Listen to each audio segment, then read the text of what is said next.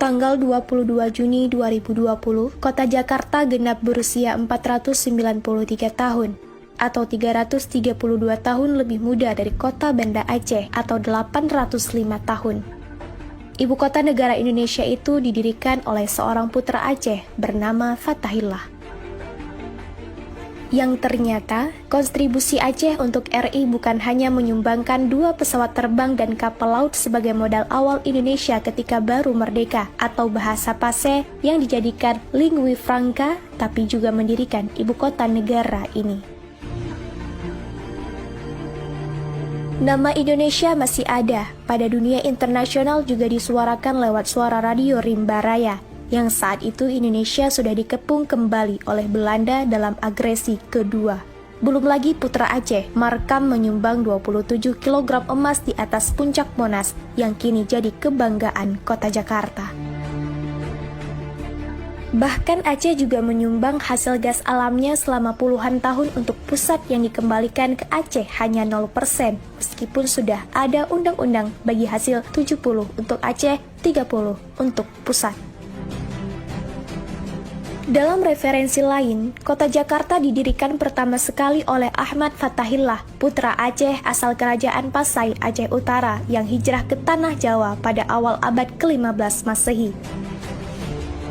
Kedatangannya ke Jawa ketika itu disambut oleh Sultan Demak, Pangeran Trenggono. Atas dukungan Sultan Demak, Ahmad Fathahillah berhasil merebut Sunda Kelapa dan Banten dari kerajaan Pejajaran yang bersekongkol dengan Portugis.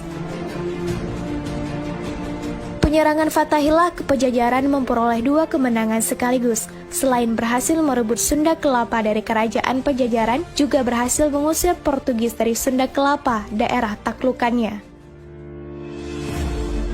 Atas kemenangan inilah, pada tahun 1527 Masehi, Fathahillah diangkat menjadi Bupati Sunda Kelapa oleh Sultan Demak. Dalam tahun itu pula, tanggal 22 Juni 1527, Fathahillah mengubah nama Bandar Sunda Kelapa menjadi nama Jayakarta, yang kemudian disingkat menjadi Jakarta, yang mengandung makna kota kemenangan. Tapi sayangnya dan sangat memprihatinkan, dengan menggunakan nalar sejarah kritis, apa yang dipamerkan pada Museum Fathahillah ini seperti ada banyak periode sejarah yang dipenggal dan ditenggelamkan.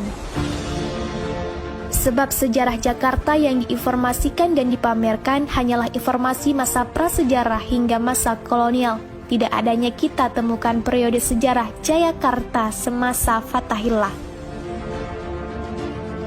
Periode sejarah Fathahillah dihilangkan, terlihat dilompatkan dari zaman prasejarah, zaman Hindu-Buddha, langsung ke zaman Batavia di bawah kolonial Belanda.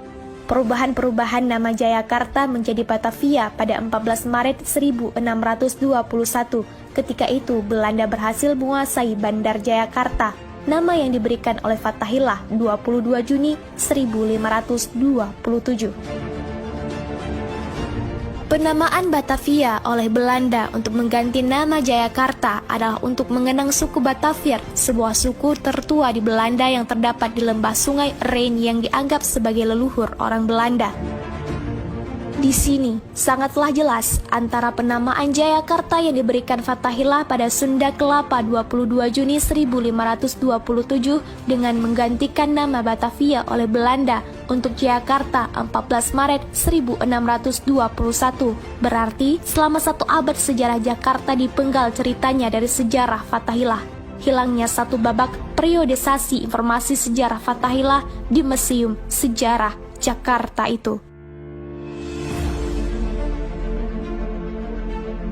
Berarti sekaligus menghilangkan informasi sejarah peranan Fathahillah sebagai pendiri kota Jakarta yang berasal dari Aceh. Memang kita tidak tahu apakah ini sengaja dihilangkan